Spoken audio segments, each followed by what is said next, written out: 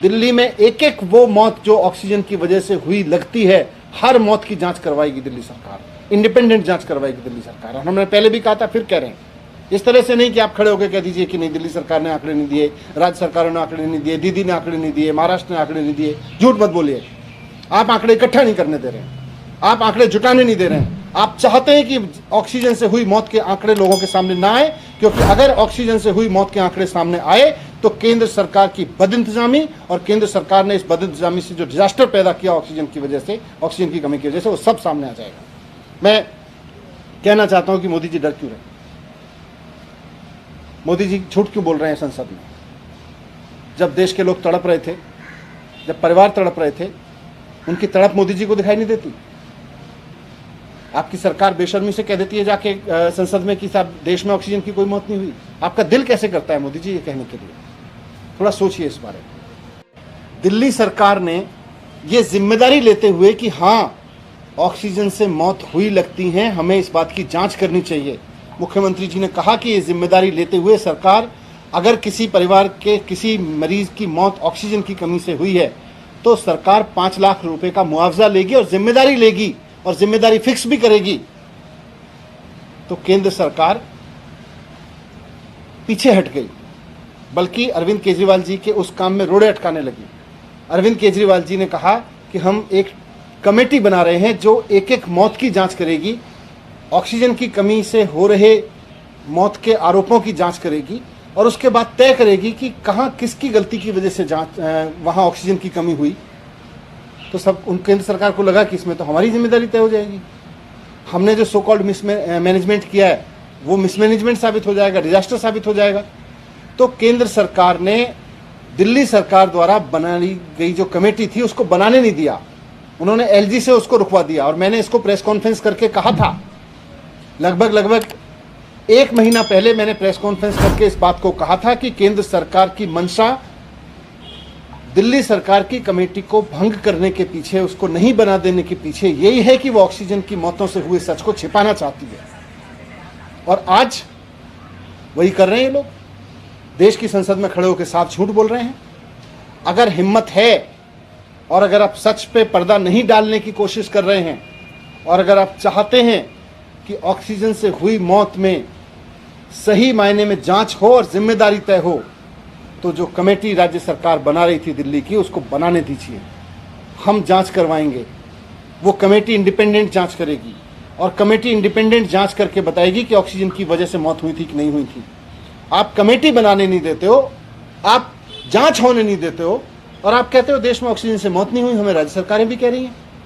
आप आंकड़े सामने नहीं आने देते हो, फिर कहते हो आंकड़े नहीं है हमारे पास, आंकड़े नहीं दिए राज्य सरकारों ने। कल जिस बेशर्मी से झूठ बोला केंद्र सरकार ने संसद में, और आज उस बेशर्मी को और अंडरलाइन करने के लिए भारतीय जनता पार्टी के प्रवक्ता और नेता, सीनियर नेता संबित पात्रा जी आए प्रेस कॉन्फ्रेंस करने, और जैसी उनकी और उनके बाकी बीजेपी नेताओं की आदत है, जब प्रेस कॉन्फ्रेंस में बैठते हैं तो किसी चीज़ की जिम्मेदारी लेने की वजह से, कहीं ये समझने की वजह से कि गलती कहाँ हुई थी, बस झगड़ना शुरू कर देते हैं।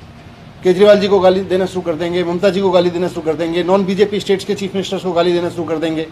उन्होंने वही किया, आज भी प्रेस कॉन्फ्रेंस में आए, जिम्मेदारी नहीं ली। इस देश में कितनी मौतें हुई हैं, उसमें से कितनी ऑक्सीजन की वजह से हुई हैं, इसकी जिम्मेदारी भी तो ले केंद्र सरकार। आखिर उसने मैनेज सो कॉल्ड 13 अप्रैल को जो सो कॉल्ड मैनेजमेंट शुरू किया था ऑक्सीजन का, जिसके बाद सब कुछ मैसअप हो गया था, उसकी जिम्मेदारी भी तो ले कि उस मैसअप की वजह से कितनी मौत हुई थी। उसकी जगह आप केजरीवाल जी को गाली दोगे तो उससे आपके पाप थोड़ी छिप जाएंगे। आप केजरीवाल जी को भर भर के गाली दोगे प्रेस कॉन्फ्रेंस में, संबित पात्रा जी प्रेस कॉन्फ्रेंस करने बैठेंगे, बीजेपी के और सीनियर नेता प्रेस कॉन्फ्रेंस करने बैठेंगे और केजरीवाल जी को मन भर के गालियां देंगे और उनको लगता है ये सारे उनके पाप छिप जाएंगे।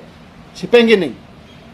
सारा देश जानता है, जो इतिहास गवाह है, आज से 100 साल बाद भी इस बात की चर्चा होगी कि जब सारी दुनिया महामारी से जूझ रही थी, केंद्र सरकार अपनी मूर्खतापूर्ण नीतियों की वजह से इस देश को ऑक्सीजन के क्राइसिस में धकेल चुकी थी। कल देश की संसद में एक सवाल उठा और ये सवाल बहुत संवेदनशील था। कोरोना की दूसरी लहर जो देश भर में आई, उसके दौरान पूरे देश में ऑक्सीजन को लेकर हाहाकार मचा था। उसके दौरान जो सेकेंड वेव थी, उसके दौरान चारों तरफ से, हॉस्पिटल से, डॉक्टर्स की तरफ से, पेशेंट्स की तरफ से, उनके अटेंडेंट्स की तरफ से, परिवारों की तरफ से बहुत त्राही त्राही मची हुई थी। और हम सब जानते हैं कि पूरे देश में क्या हाल थे अप्रैल और मई के फर्स्ट वीक के दौरान। तो ऑक्सीजन का क्राइसिस था देश में। और कल जब देश की संसद में सवाल उठा तो केंद्र सरकार ने बहुत ही बेशर्मी से देश की संसद में एक सफेद झूठ बोला कि पूरे देश में ऑक्सीजन से कोई मौत नहीं हुई है। केंद्र सरकार को यह सोचना चाहिए कि अप्रैल के लास्ट वीक में 15 अप्रैल के बाद से 15 अप्रैल से 5 या 10 मई तक के बीच में जो देश में हालात थे, उसमें ऑक्सीजन का मिसमैनेजमेंट केंद्र सरकार की ओर से हुआ था। और केंद्र सरकार के ऑक्सीजन मिसमैनेजमेंट की वजह से देश में हॉस्पिटल्स में त्राही त्राही मची थी। और कोई बड़ी वजह नहीं है कि बहुत सारी जानें उस दौरान ऑक्सीजन की कमी की वजह से पूरे देश में गई थी। दिल्ली में मैं ऑक्सीजन का मैनेजमेंट देख रहा था, मैं सरकार में काम कर रहा था। मैं जानता हूं कि किस तरह से मेरे व्हाट्सएप मैसेजेस भरे हुए थे हॉस्पिटल के चीफ के, उनके मेडिकल सुपरिटेंडेंट्स के, डॉक्टर्स के, अटेंडेंट्स के, परिवारों के, पेशेंट्स के, कि साहब हमारे हॉस्पिटल में ऑक्सीजन नहीं है, हमारा आदमी ऑक्सीजन के बिना मर जाएगा, हमारे को ऑक्सीजन दीजिए, नहीं तो हमारे यहाँ 4 सरकारी अस्पतालों में मैं खुद खड़े होकर ऑक्सीजन डिस्ट्रीब्यूशन देख रहा था। और केंद्र केवल अपनी गलतियों को छिपाने के लिए, केवल इस बात को छिपाने के लिए कि उन्होंने ऑक्सीजन का डिजास्टर खड़ा किया इस देश में, 13 अप्रैल के बाद से केंद्र सरकार ने ऑक्सीजन की डिस्ट्रीब्यूशन की नीतियां बदली और जिसकी वजह से पूरे देश में ऑक्सीजन का डिजास्टर खड़ा हुआ।